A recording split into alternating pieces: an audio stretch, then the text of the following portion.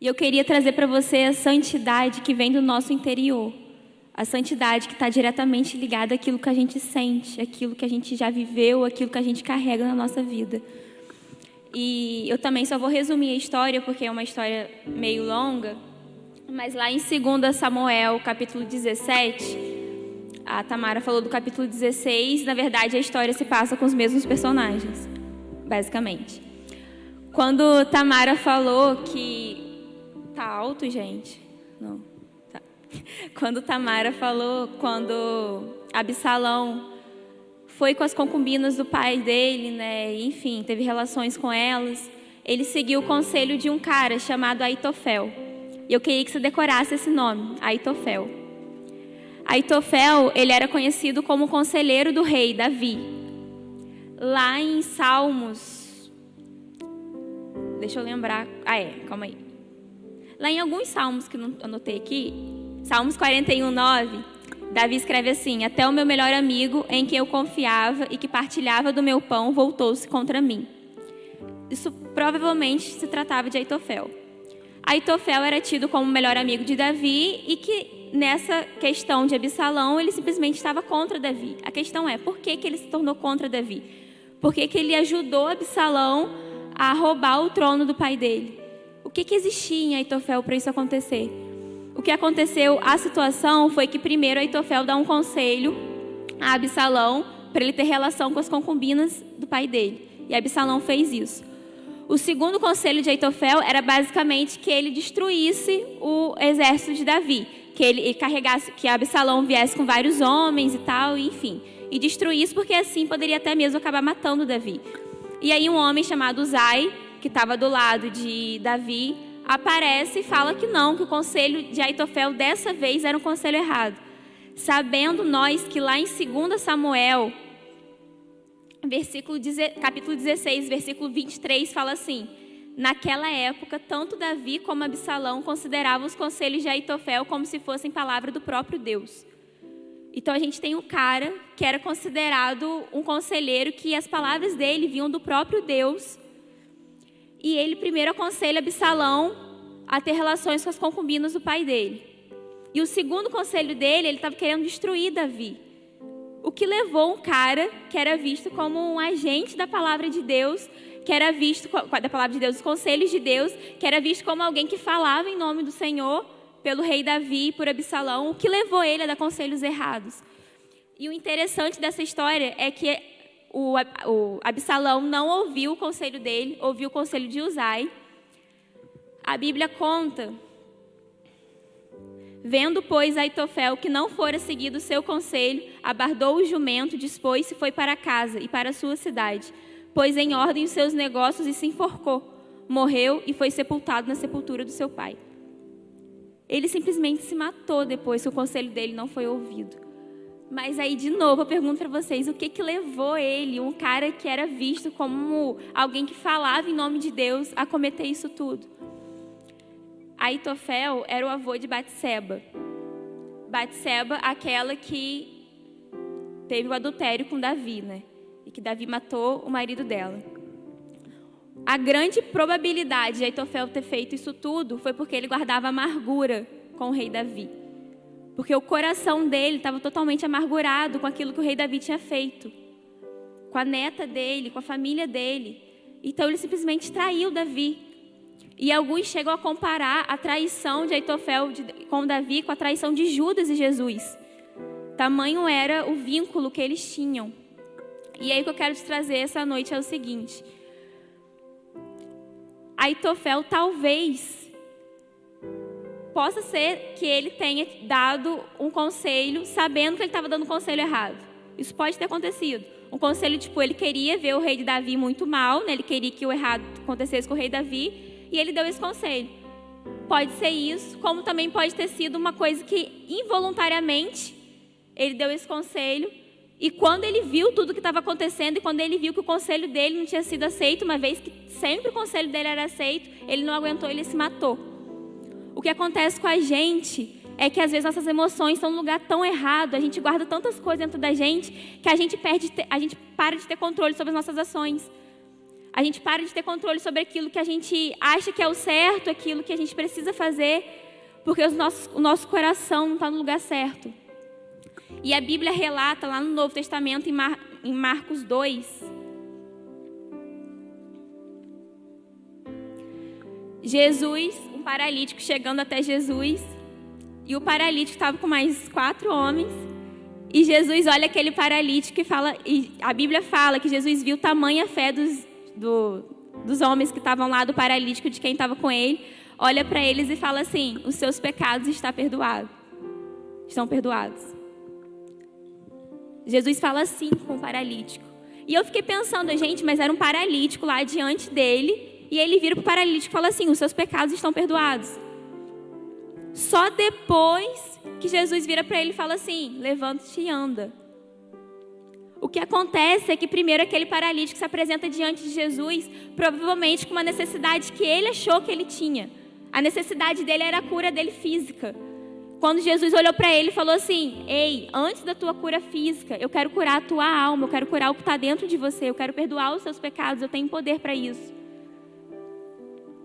Sabe, lá em Jeremias, capítulo 6, versículo 14 a 15, Jeremias fala assim: esse povo, se referindo a alguns profetas que estavam se levantando, oferecem curativos superficiais para a ferida mortal do meu povo.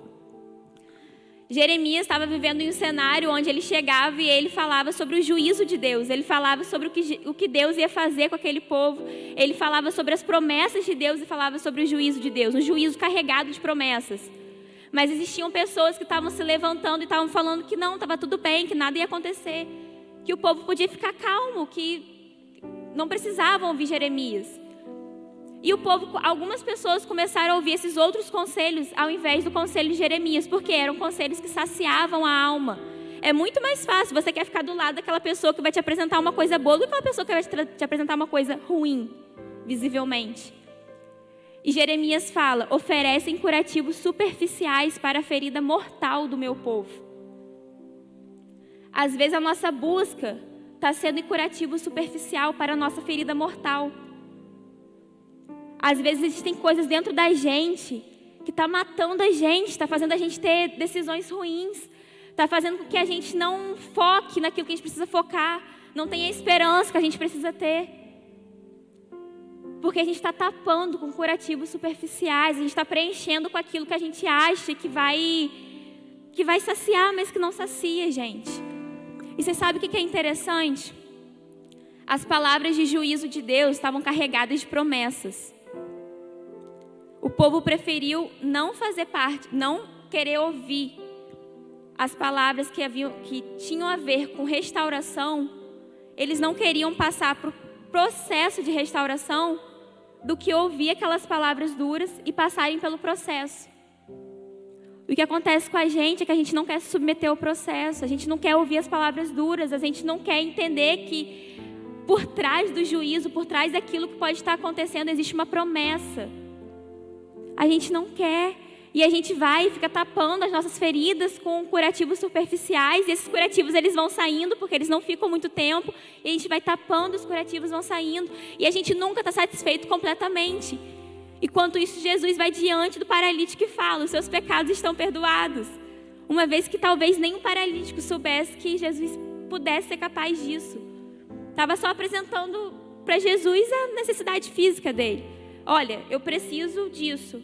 E Jesus fala: não, você precisa disso, que está aqui dentro. Mas para a gente é muito mais fácil e muito superficial ir naquilo que a gente acha que a gente precisa. Gente, a santidade não é assim, existe um padrão e eu vou copiar aquele padrão. A santidade começa de dentro. E se o teu coração não está no lugar certo, a Bíblia fala: onde estiver o seu tesouro, ali também estará o seu coração. Se aquilo que você busca, aquilo que você mais almeja, aquilo que é precioso para você estiver no lugar errado, o seu coração também vai estar. As suas atitudes também estarão. Provérbios fala: guarde o seu coração, porque dele depende toda a sua vida. Se você não guardar o teu coração, você está sujeito à morte espiritual, à morte na própria vida. Existe uma vida plena esperando você. Você só precisa começar a desconstrução daqui de dentro, se submeter ao processo. Trilhar a santidade de uma forma leve. Entender o que Deus quer para a sua vida. E o interessante de Jesus com o paralítico é que ele fala assim: filho, os teus pecados estão perdoados. Jesus se refere ao paralítico como filho, assim como Davi se referia a Absalão.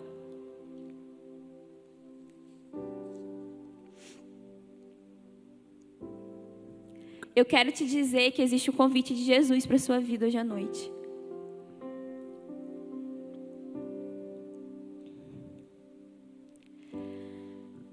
Jesus está nos convidando a nos rendermos a Ele, uma transformação que vem de dentro, que vai fazer bem a gente. Porque a Bíblia fala que o jugo dele é suave e o fardo dele é leve. A gente está tentando viver copiando e tentando fazer aquilo que a gente acha que tem que ser feito e não está sendo de uma forma automática, não está começando de dentro da gente. E aí acontece alguma coisa, você começa a tapar aquilo e aí você, não sei, você tem alguma ferida do seu passado, você tem algum trauma que você precisa ser curado daquilo, mas você, ao invés de se entregar ao processo de restauração, você prefere tapar aquilo e fingir que nada está acontecendo e coloca alguma coisa no lugar daquilo. Às vezes você passou por alguma coisa no seu relacionamento, às vezes você passou por alguma coisa com seus pais, às vezes você passou por alguma coisa na sua própria vida, alguma palavra que falaram com você e que ficou marcada dentro de você, que te impede de continuar. E o que você faz é que você ignora essa palavra. Você, às vezes, finge até que ela não está aí, mas ela está aí. E o convite de Jesus para essa noite para você é: venham a mim, todos vocês que estão cansados, sobrecarregados. Venham até mim, que eu lhes darei descanso. Tomem sobre vocês o meu jugo e aprendei de mim, pois sou manso e humilde de coração, e vocês encontrarão descanso para as vossas almas. Porque o meu jugo é suave, o meu fardo é leve. É nele que a gente encontra o descanso para as nossas próprias almas. O convite de Deus para a sua vida essa noite é que você renda-se ao verdadeiro processo de santificação. Há um processo que não é pesado, é um processo que começa de dentro para fora. É um processo no qual você se rende, você encontra descanso nele, você carrega o jugo dele, você carrega o fardo dele. E você consegue ser verdadeiramente livre. Você consegue ser verdadeiramente aceito por você mesmo. Você encontra a identidade de filho, você encontra quem você foi feito para ser. Deus quer ressignificar a sua história essa noite. Ele quer ressignificar as palavras que você já ouviu e que te causaram tantos danos dentro de você. Ele quer ressignificar as atitudes que você já teve e que te levaram a lugares ruins. Eu queria te convidar a baixar sua cabeça agora. Eu queria te convidar a se render ao convite de Deus nessa noite na sua vida. Ele conhece você, Ele sabe da sua história. Ele sabe de tudo aquilo que você já viveu, Ele sabe daquilo que você está sentindo agora. Ele sabe do que você considera caos, Ele sabe do que você considera dor. Ele sabe do que você considera desafio, Ele sabe do que você considera que é fraqueza sua, Ele sabe dos seus pecados, Ele sabe de onde você precisa de cura, de onde você precisa de libertação. E Ele está com os braços abertos essa noite para te receber. Ele está com os braços abertos essa noite para dizer com você: filho, é em mim que você vai encontrar descanso para a sua alma, não é em outra coisa. Não tenta tapar as suas feridas com curativos superficiais. Não tenta tapar a sua dor com aquilo que não vai te levar a lugar nenhum. Olha a sua história, olha o seu passado, olha tudo aquilo que você viveu, olha aquilo que você está vivendo agora. Encontra um lugar nele nessa noite. Ressignifica aquilo que você fez de errado, ressignifica aquilo que você ouviu, ressignifica aquilo que você almeja fazer, mas que você sabe que não está de acordo com os propósitos de Deus para a sua vida. Renda-se ao cuidado dele essa noite. Não deixe com que as suas emoções levem você a um caminho de morte, assim como fez com Aitofel. Apresente diante de Deus as suas verdadeiras necessidades. Ele não chega invadindo. Jesus viu a fé daqueles homens e falou: filho, perdoados estão os seus pecados.